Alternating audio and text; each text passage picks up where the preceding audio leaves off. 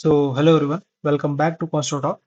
सो आज की वीडियो में हम डिस्कस करेंगे load transfer and load calculation for G plus one building. So इस वीडियो में हम देखेंगे कि लोड ट्रांसफर मैकेनिज्म बिल्डिंग में कैसा रहता है और उसका हर मेंबर का हम लोड कैलकुलेशन करेंगे।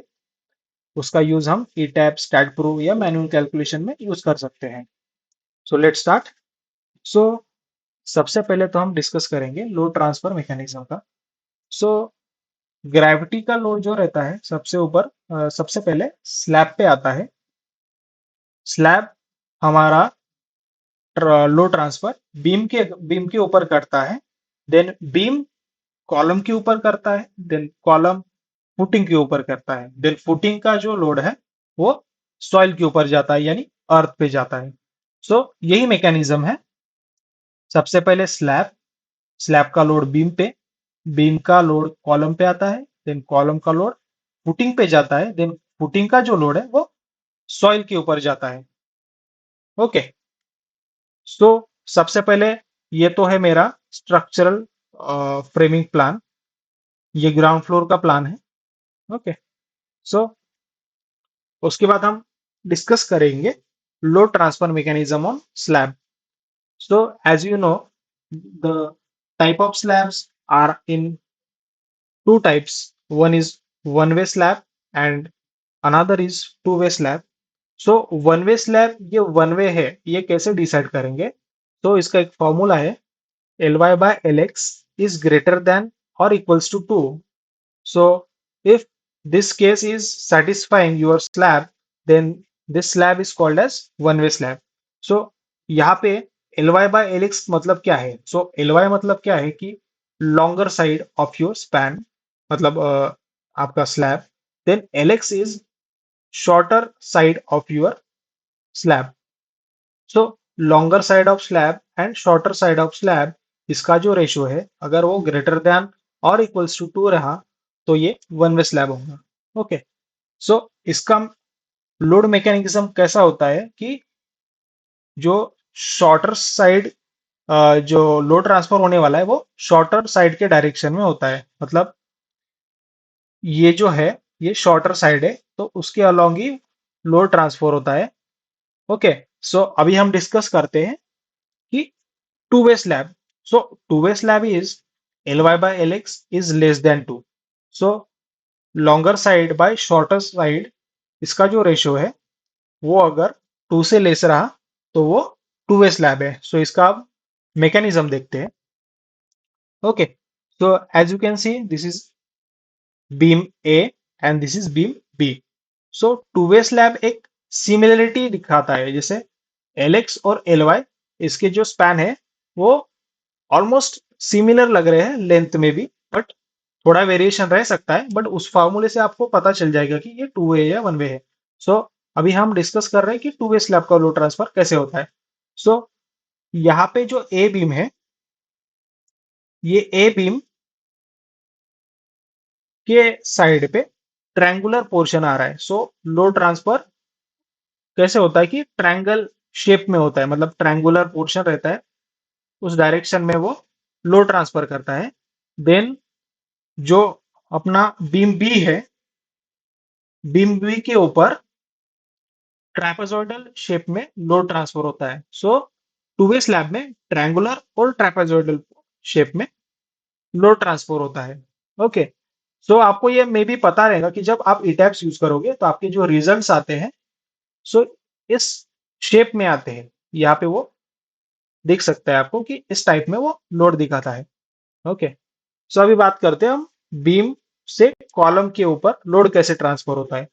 सो as you can see, this is a beam 1 और इसका जो लोड है वो 2 कॉलम पे जा रहा है। ओके। सो लोड कैसे ट्रांसफर होता है? ये जो एक बीम है उसका half of the load is going to this left side of column and half of the load is going to transfer at at right side of the column. So half load divide हो जाता है 2 column में। Okay. And for continuous slab, frame action requires software analysis to determine column loads. सो जो continuous slab रहता है उसके ऊपर तो हमारा ईटैब या स्टैड प्रो वो रिजल्ट दे ही देता है। देन हम डिस्कस करेंगे कि types of load. So types of load मतलब कि एक ग्रेविटी लोड रहता है और दूसरा लैटरल लोड। जो वर्टिकल लोड रहते हैं तो उसको हम ग्रेविटी लोड्स बोलते हैं, और जो लैटरल लोड रहते हैं जो हॉरिजॉन्टली लगते हैं बिल्डिंग पे उसको हम लैटरल लोड बोलते हैं। सो ग्रेविटी लोड में हमारे डेड लोड और लाइव लोड आता है, और लैटरल लोड में earthquake load, wind load, soil pressure and water pressure, ये सब लोड लैटरल लोड में आते हैं। सो राइट नाउ अभी हम डेड लोड और लाइव लोड डिस्कस कर रहे हैं। सो डेड लोड मतलब क्या रहता है कि static load including self weight of structure, मतलब जो बीम का जो सेल्फ वेट रहता है, कॉलम का रहता है, स्लैब का रहता है, मतलब ईच एंड एवरी एलिमेंट का जो सेल्फ वेट रहता है वो डेड लोड के अंडर आता है। और लाइव लोड मतलब कि moving load such as peoples, furniture and any type of equipment you are using in this your house, so वो सब लाइव लोड में आता है। देन हम डिस्कस करेंगे dead load calculation. So step by step पहले तो हम सेल्फ वेट निकालेंगे, उसके बाद हम फ्लोर फिनिश निकालेंगे, उसके बाद partition wall load, main wall load, parapet wall load, sunk slab load, then last में स्टेयरकेस लोड कैलकुलेट करना सीखेंगे। सो सबसे पहले आता है self weight. So as you can see on the right side, beam जो है मेरा 230 बाय 450 mm का है।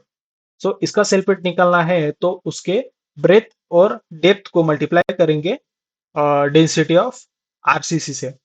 Okay, so self weight of beam जो है वो मेरा आता है 0.23, ये सब मैं मीटर में ले रहा हूँ। सो 0.23 okay into 0.45 okay into density of RCC मतलब 25। तो इसको मैं सॉल्व करूंगा तो मेरा आंसर आएगा 2.58।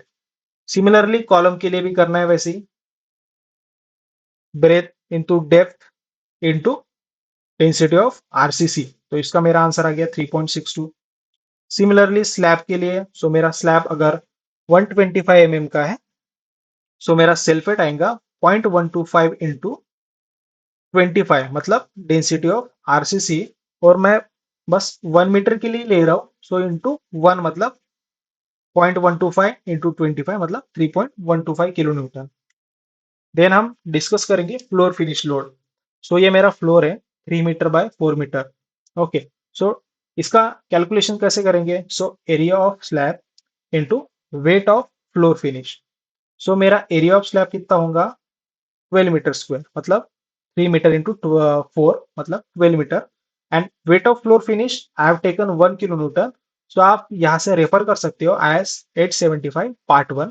तो यहाँ पे सारे weight of density of sorry wait of material के सारे एनलिस्ट किए हैं वहां पे कि कौन से मटेरियल का कितना वेट रहने वाला है, unit weight. Okay, so therefore the total floor finish load is 12 kilo newton.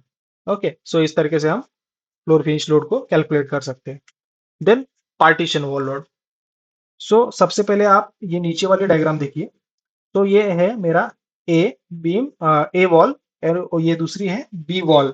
So A wall जो है वो मेरी बीम के ऊपर रेस्ट कर रही है, और जो बी वॉल है वो फ्लोर के ऊपर रेस्ट कर रही है। ओके, सो जो ए वॉल का जो लोड ट्रांसफर होगा वो बीम के ऊपर होगा ऑब्वियसली। देन बी वॉल का जो है लोड वो फ्लोर पे होगा। ओके, सो पार्टीशन वॉल का लोड कैलकुलेट करना है तो thickness of wall into height of wall. Okay, so इसके ऊपर हम बीम का जो ये है डेप्थ है उसको माइनस करेंगे, मैं बताऊंगा मैं डायग्राम में जैसे, और इनटू डेंसिटी ऑफ मटेरियल, जो जो भी आपका मटेरियल वॉल का जो मटेरियल है उसको हम मल्टीप्लाई करेंगे। ओके, सो मेरा ये थिकनेस ऑफ ये वॉल 150 mm है।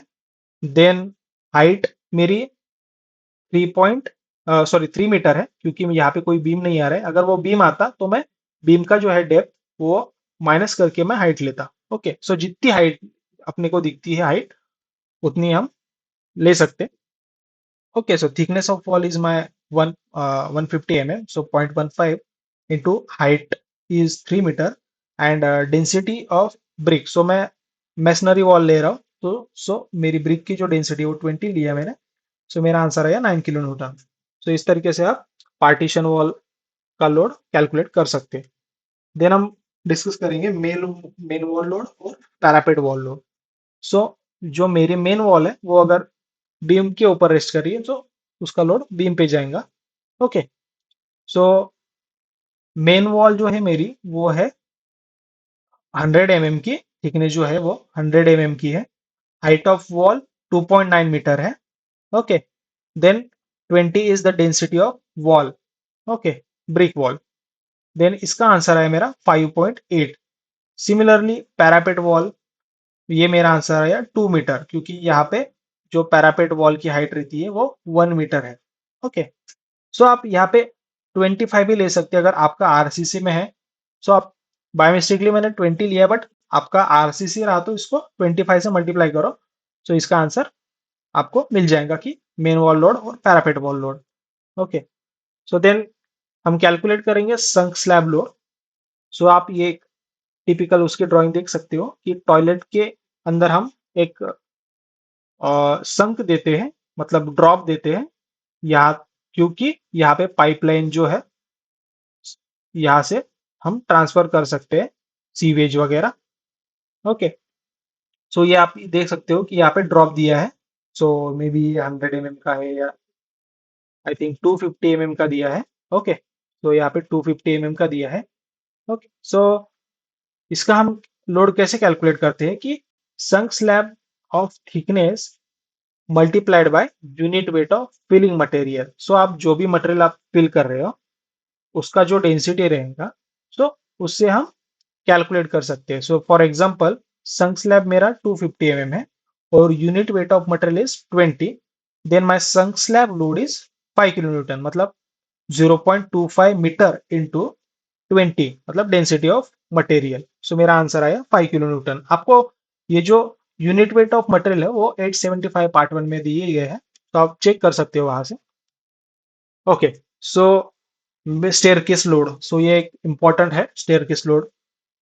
तो इसके 3 स्टेप रहते हैं, मतलब 3 लोड कैलकुलेट करने पड़ते हैं। सबसे पहले तो वेस्ट वेस्ट सैब लोड, ये वाला, देन हम कैलकुलेट करते हैं स्टेप लोड, देन हम कैलकुलेट करते हैं ये लैंडिंग लोड। ओके, तो सबसे पहले हम कैलकुलेट करेंगे वेस्ट स्लैब लोड, जो कि मैंने W1 से डिनोट किया है। So thickness of your waist slab into unit weight of RCC into under root of r square plus t square divided by t. So r is my riser, t is my trade. Okay, so इसको, ये formula आपको याद रखना है, under root of R square plus T square divide by T. Okay, so इसको हम जब calculate करेंगे, जैसे मेरे को यहाँ दिया है R, so R is my 0.15 metre, then tread is 0.25। So R और टी की वैल्यू जब आप यहाँ पे पुट करते हो, then thickness is my 0.15 and unit weight of RCC 25। तो जब आप यहाँ पे कैलकुलेट करते हो तो मेरा आंसर आता है 4.37 किलो न्यूटन। ओके, देन ये है मेरा आ गया। सो ये फॉर्मूला इंपॉर्टेंट है, इसको याद रखना है। देन स्टेप वेट, सो W2 से डिनोट किया है, तो इसका अगर मेरे को लोड कैलकुलेट करना है, so 1/2 into riser into 25। So riser की वैल्यू मेरी है 0.15, सो इसका मेरा आंसर आया 1.875। देन थर्ड हम कैलकुलेट करेंगे लैंडिंग वेट, सो इसको मैंने W3 से डिनोट किया है। So thickness of slab into 25, my thickness of slab is 150 mm into 25, so 0.15 into 25, so my answer is 3.75। इसको जो W1 है, W2 है, W3 है, उसका तीनों का लोड ऐड करेंगे, सो मेरा टोटल लोड ऑन स्टेयरकेस आ जाएगा 9.975 किलो न्यूटन। सो ये जो टोटल लोड है वो दो बीम पे डिवाइड होगा। सो आप यहाँ पे देख सकते हो, यहाँ पे एक बीम है और इसके ऊपर इधर एक बीम है। तो यहाँ से जब हम ऊपर जाएंगे, सो ये मिड लैंडिंग आएगी।